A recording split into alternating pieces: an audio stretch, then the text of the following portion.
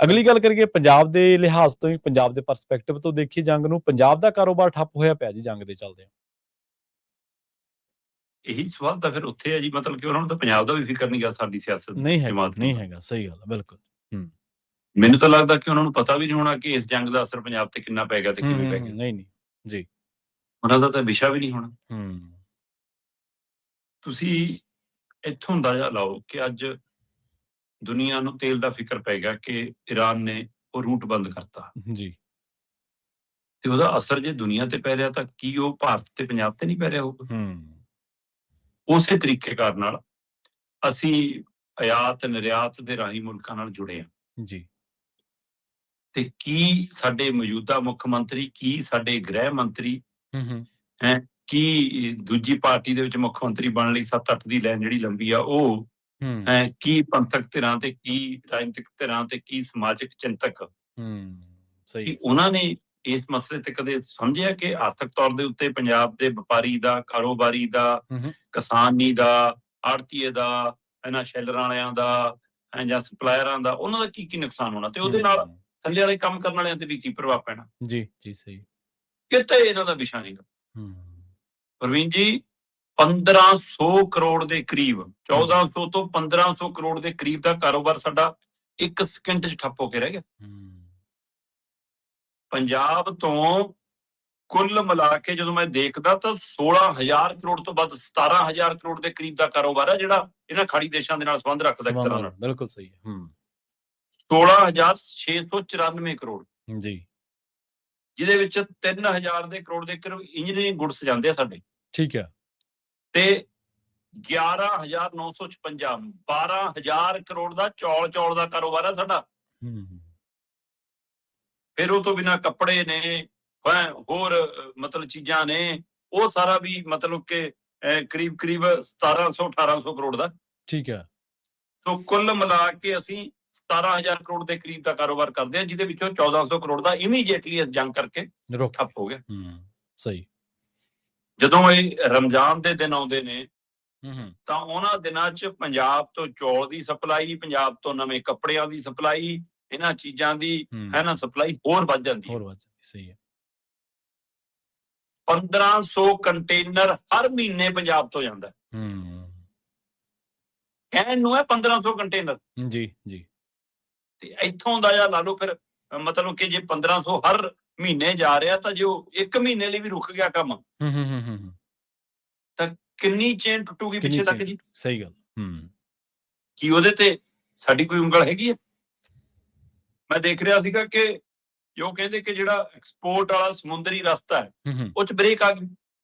ਸਹੀ ਗੱਲ, ਰੁਕ ਗਿਆ, ਉਹ 'ਚ ਰੋਕ ਆ ਗਈ, ਈਰਾਨ ਤਾਂ ਅੜ ਗਿਆ। ਸੋ ਉਸ ਸਥਿਤੀ ਦੇ ਵਿੱਚ ਫਿਰ ਉਹਦਾ ਅਸਰ, ਸਾਡਾ ਕੰਟੇਨਰ ਖੜ ਗਏ। ਹੁਣ ਕਿੰਨਾ ਮਾਲ ਕੰਟੇਨਰਾਂ 'ਚ ਲੋਡ ਹੋਇਆ ਪਿਆ ਹੈ, ਜਿਵੇਂ ਹੁਣ ਬ੍ਰੈਡ ਵਗੈਰਾ ਇਹੀਆਂ ਚੀਜ਼ਾਂ ਨੇ ਉਹ ਤਾਂ ਖਰਾਬ ਹੋ ਜਾਣਗੀਆਂ। ਸਹੀ ਗੱਲ। ਕਿੰਨੀ ਦੇਰ ਰੱਖ ਲਓ, ਲਿਮਿਟ ਹੁੰਦੀ ਹਰ ਚੀਜ਼ ਦੀ। ਠੀਕ ਹੈ ਨਾ।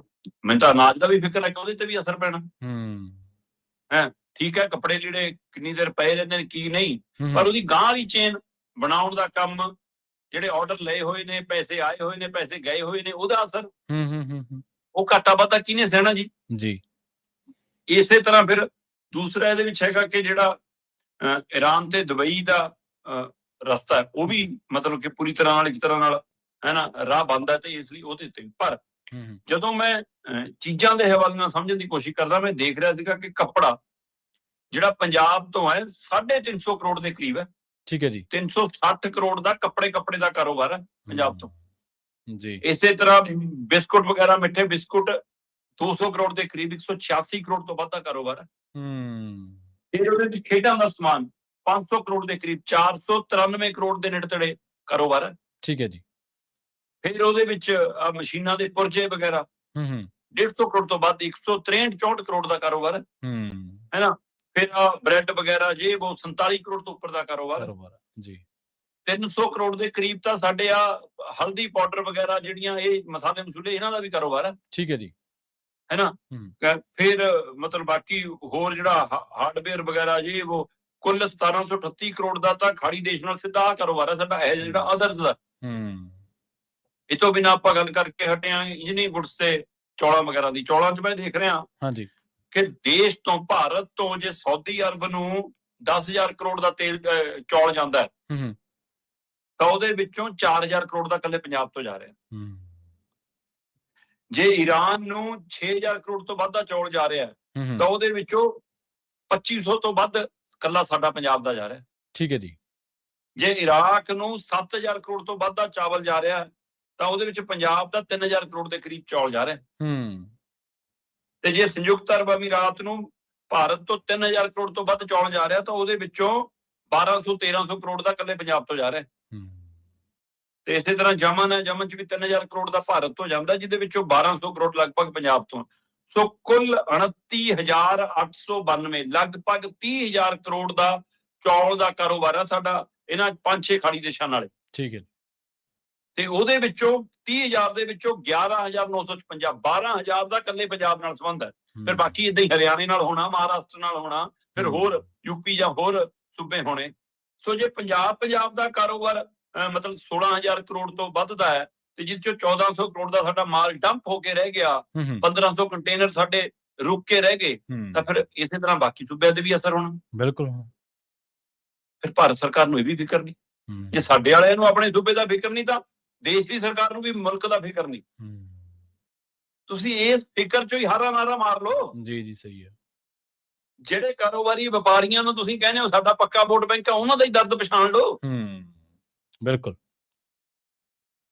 ਕਿੱਥੇ ਹੈ ਜੀ ਸਾਰਾ ਕੁਝ? ਨਾ ਜੀ, ਡਰ ਦੇ ਵਿੱਚ ਨੇ ਸਾਡੇ ਲੀਡਰ, ਝੇਪ 'ਚ ਨੇ ਸਾਡੇ ਲੀਡਰ। ਤੇ ਹੁਣ ਜਿਸ ਸਥਿਤੀ ਚੋਂ ਅਸੀਂ ਲੰਘ ਰਹੇ ਹਾਂ, ਇਹ ਖਤਰਨਾਕ ਮੋੜ ਵੱਲ ਹੈ।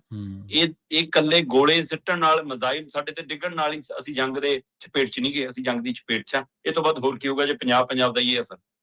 ਹਾਂਜੀ ਬਿਲਕੁਲ। ਨਾਲੇ ਸ਼ਰਮਾ ਜੀ ਇਹ ਵੀ ਗੱਲਾਂ ਕਿ ਬਹੁਤ ਸਾਰੇ, ਕੱਲ ਮੈਂ ਪੜ੍ਹ ਵੀ ਰਿਹਾ ਸੀ ਕਿਤੇ, ਉਹ ਕਹਿੰਦੇ ਕਿ ਬਹੁਤ ਸਾਰੀਆਂ ਪੇਮੈਂਟਸ ਅੜੀਆਂ ਹੋਈਆਂ ਨੇ, ਪਹਿਲਾਂ ਹੀ ਅੜ ਗਈਆਂ ਸੀ। ਲੋਕਾਂ ਨੇ ਬਹੁਤ ਸਾਰੇ ਆਰਡਰ ਜਿਹੜੇ ਨੇ ਉਹ ਰੁਕ ਗਏ ਨੇ ਜਾਂ ਉਹਨਾਂ ਨੂੰ ਕੈਂਸਲ ਹੋ ਗਏ ਨੇ, ਕਿਉਂਕਿ ਉਹਨਾਂ ਨੂੰ ਪਤਾ ਇਸੇ ਤਰ੍ਹਾਂ ਹੀ ਹੁੰਦਾ ਨਾ, ਜਦੋਂ ਅਸਥਿਰਤਾ ਦਾ ਮਾਹੌਲ ਹੁੰਦਾ ਫਿਰ ਇਹ ਵਪਾਰ ਥੋੜ੍ਹਾ ਹੁੰਦਾ ਸਥਿਰਤਾ ਦੇ ਵਿੱਚ।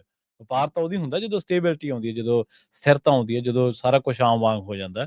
ਸੋ ਹੋਰ ਬਹੁਤ ਬਥੇਰਾ ਕੰਮ ਹੈ ਇੰਟਰਨੈਟ ਦੇ ਉੱਤੇ, ਜਿਹੜੇ ਲੋਕ ਕੰਮ ਕਰਨ ਵਾਲੇ ਨੇ ਇੰਟਰਨੈਟ ਦੇ ਉੱਤੇ, ਤਰ੍ਹਾਂ ਦੀਆਂ ਏਜੰਸੀਆਂ, ਐਡ ਏਜੰਸੀਆਂ ਰਨ ਕਰਨ ਵਾਲੇ ਲੋਕ ਨੇ, ਜਾਂ ਹੋਰ ਕਾਰੋਬਾਰਾਂ ਦੇ ਨਾਲ। ਕਿ ਇੱਕ ਮੁੰਡੇ ਨਾਲ ਮੈਂ ਗੱਲ ਕਰ ਰਿਹਾ ਸੀ, ਪੰਜਾਬ ਦਾ ਹੀ ਨੌਜਵਾਨ ਆ, ਉਹ ਰੀਅਲ ਐਸਟੇਟ ਦੇ ਨਾਲ ਜੁੜੇ ਪ੍ਰੋਜੈਕਟ ਜਿਹੜੇ ਨੇ ਉਹਨਾਂ ਦਾ ਸੋਸ਼ਲ ਮੀਡੀਆ ਹੈਂਡਲ ਕਰਦਾ। ਉਹ ਦੁਬਈ ਦੇ ਵਿੱਚ ਜਿਹੜੇ ਖਾਸ ਤੌਰ ਤੇ ਪੰਜਾਬ ਦੇ ਨੇ, ਉਹਨਾਂ ਦਾ ਜਿਹੜਾ ਕਾਰੋਬਾਰ ਕਿਸ ਤਰੀਕੇ ਨਾਲ ਪ੍ਰਭਾਵਿਤ ਹੋਊਗਾ। ਉਹ ਦੇਖੋ ਤੁਸੀਂ ਕਿੰਨਾ, ਆਪਾਂ ਕਹਿੰਦੇ ਨੇ ਪੰਜਾਬ ਦੇ ਨੌਜਵਾਨ ਕੁਝ ਕਰਕੇ ਰਾਜੀ ਨਹੀਂ, ਪਰ ਦੇਖੋ ਤੁਸੀਂ ਕਿਸ ਤਰ੍ਹਾਂ ਦੇ ਸੂਖਮ ਕੰਮ ਫੜੇ ਹੋਏ ਨੇ, ਔਰ ਪੰਜਾਬ ਦੇ ਵਿੱਚ ਬੈਠੇ ਨੇ ਕੰਮ ਦੁਬਈ ਦਾ ਜਾਂ ਹੋਰ ਜਿੱਥੇ ਆਪਣੇ ਪੰਜਾਬੀ ਕਾਰੋਬਾਰੀ ਤਕੜੇ ਨੇ ਉਹਨਾਂ ਦਾ ਕੰਮ ਕਰ ਰਹੇ। ਨਹੀਂ ਪ੍ਰਵੀਨ ਜੀ, ਤੁਸੀਂ ਇਹ ਦੇਖੋ ਨਾ ਕਿ ਆਪਾਂ ਪਹਿਲਾਂ ਵੀ ਗੱਲ ਕਰ ਰਹੇ ਸੀ ਕਿ ਜੇ ਇਹ ਇੱਕ ਰਿਪੋਰਟ ਸਾਹਮਣੇ ਆ ਜਾਵੇ ਤਾਂ ਪੰਜਾਬ ਦੇ ਬੜੇ ਘਰਾਣੇ, ਪੰਜਾਬ ਦੇ ਰਾਜਨੀਤਿਕ ਘਰਾਣੇ, ਪੰਜਾਬ ਦੇ ਧਾਰਮਿਕ ਲੀਡਰ ਜੀ, ਤੇ ਪੰਜਾਬ ਦੀਆਂ ਸੈਲੀਬ੍ਰਿਟੀਜ਼, ਪੰਜਾਬ ਦੇ ਵਪਾਰੀ ਬੜੇ, ਉਹਨਾਂ ਦੇ ਅੱਜ ਕੱਲ ਦਰਜਨਾਂ ਦੇ ਹਿਸਾਬ ਨਾਲ ਫਲੈਟ ਨੇ ਦੁਬਈ 'ਚ। ਸਹੀ ਗੱਲ, ਬਿਲਕੁਲ। ਤੇ ਇਸ ਲਈ ਉਹ ਉਹਨਾਂ ਨੂੰ ਪੁੱਛ ਕੇ ਦੇਖੋ ਫਿਰ ਉਹਨਾਂ ਦੀ ਕੀ ਬੀਤਰੀ ਹੋਣੀ, ਚਾਹੇ ਮੈਂ ਕਹਿੰਦਾ 2 ਨੰਬਰ ਦਾ ਹੀ ਪੈਸਾ ਹੋਵੇ ਕਈਆਂ ਦਾ। ਸਹੀ ਗੱਲ ਜੀ, ਹੈ ਨਾ। ਸੋ ਇਸ ਲਈ ਬਹੁਤ ਕੁਝ ਅੱਜ ਕੱਲ ਜੁੜਿਆ ਹੋਇਆ ਹੈ ਇਸ ਤਰੀਕਾ ਕਰਨ ਨਾਲ ਆਪਸ ਦੇ ਵਿੱਚ। ਤੇ ਤੁਸੀਂ ਉਹਦੀ ਬਾਤ ਕਿਵੇਂ ਨਹੀਂ ਪਾਓਗੇ? ਤੁਸੀਂ ਆਪਣੇ ਮੁਲਕ ਦੇ ਲੋਕਾਂ ਦਾ ਫਿਕਰ ਤਾਂ ਕਰਨਾ ਪਊਗਾ ਨਾ ਤੁਹਾਨੂੰ। ਬਿਲਕੁਲ। ਤੇ ਜਿਨ੍ਹਾਂ ਦੇ ਬੱਚੇ ਉੱਥੇ ਨੇ, ਪਰਿਵਾਰ ਉੱਥੇ ਨੇ, ਜੀ ਉੱਥੇ ਨੇ, ਤੁਸੀਂ ਉਹਨਾਂ ਦਾ ਦੁੱਖ ਵੀ ਵੰਡਾ ਨਹੀਂ ਪਾ ਰਹੇ। ਬਿਲਕੁਲ। ਤੁਸੀਂ ਉਹਨਾਂ ਦਰਦ ਵੀ ਨਹੀਂ ਵੰਡਾ ਪਾ ਰਹੇ। ਤੁਸੀਂ ਇੰਨਾ ਵੀ ਨਹੀਂ ਕਹਿ ਪਾ ਰਹੇ ਕਿ ਜੰਗ ਨਹੀਂ ਹੋਣੀ ਚਾਹੀਦੀ ਜੀ, ਰੁਕਣੀ ਚਾਹੀਦੀ ਹੈ, ਗੱਲਬਾਤ ਕਰ ਲਓ ਜੀ, ਬਹਿ ਲਓ। ਇਹ ਵੀ ਬੋਲਣ ਤੋਂ ਡਰ ਲੱਗਦਾ। ਬਿਲਕੁਲ। ਆਪਾਂ ਕੱਲ ਕੀਤੀ ਤਾਂ ਸੀ ਗੱਲ ਕਿ ਭਾਰਤ ਗਲੋਬਲ ਪਿੰਡ ਦੇ ਵਿੱਚ ਕਿੱਥੇ ਖੜਾ, ਭਾਰਤ ਦੀ ਕੀ ਸਥਿਤੀ ਹੈ।